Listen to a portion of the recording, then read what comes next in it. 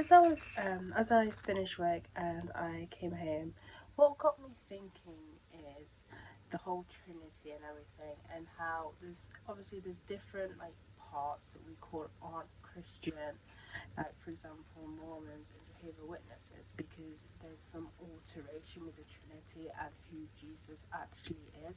And it got me thinking, would they still is there that kind of leeway? But then I got pointed to Galatians, and this is Galatians chapter 1, and this is from verse 8. And it says, "But even if we or an angel from heaven preach any other gospel to you than what we have preached you, let him be accursed. As we have said before, so now I say it again. If anyone preaches any other gospel to you than what you have received, let him be accursed."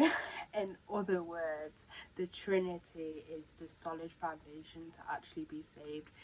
It's okay believing, it's not okay just believing in Jesus, but not the fullness of Jesus and how he's the Son of God and everything like that. And I know the Trinity is always a debated one, and I hear from atheists or even like Muslims where they'll say that the word Trinity actually isn't in the Bible. And no, the word Trinity isn't in the Bible, but if you actually read the Bible, specifically the New Testaments, there are parts where it actually leads on to the actual Trinity without actually using the word Trinity. It's just that we've, used the word, call it a Trinity, because, so the first thing I'm going to go to is going to read is John 1.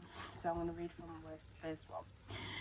So in the beginning was the Word, and the Word was with God, and the Word was God. He was in the beginning with God. All things were made through him, with him, and without him nothing was made that was made. In him was life, and the life was the light of men, and the light shines in the darkness, and the darkness did not comprehend it. Now, I'm then going to skip verses 6.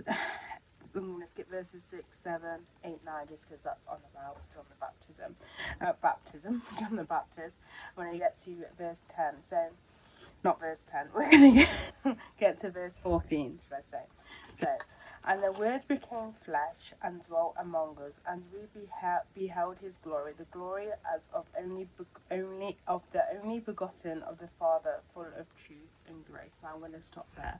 So if you look at the word begotten, so in the word begotten, it means to kind of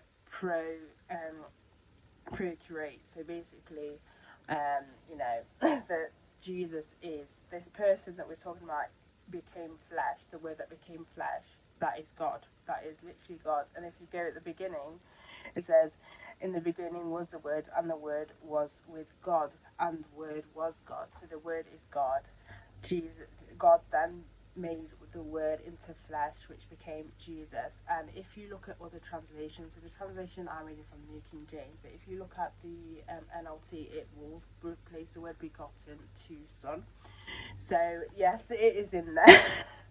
And then I want to then jump to John chapter 15, and I'm going to go to verse 26, and it says, "But when the Helper comes, whom I shall send to you from the Father, the Spirit of truth, who proceeds from the Father, he will testify of me, and you also will bear witness, because you have been with me from the beginning." So when he's talking about the Spirit of truth, that's the Holy Spirit, and which the Father sends down the Holy Spirit after Jesus. So that's basically the Trinity. Just because the Bible doesn't specifically use the word Trinity, it doesn't mean that it's not in there as evidence of who Jesus is, who God is, who the Holy Spirit is. It's in there.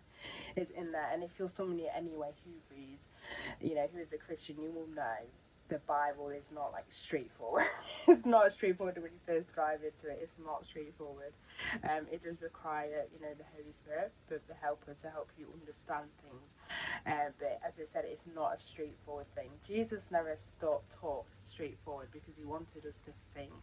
He wanted the people he was preaching to actually think. That's why he, a lot of the time, he talks in parables, and that is the same with the Bible. Just because it doesn't say the word Trinity, it doesn't mean it. So the main purpose of this is you have to believe in the whole thing. The whole thing. You have to believe that Jesus is the Son of God. And I always emphasize that one because a lot of them, that's the one thing that there's some kind of what word you'd say, where a lot of people are like they make Jesus out to be just either just a prophet, an angel, that sort of thing, but he's actually the Son of God, and that's a really important thing to establish, because when you understand that, then you understand fully the sacrifice that he made.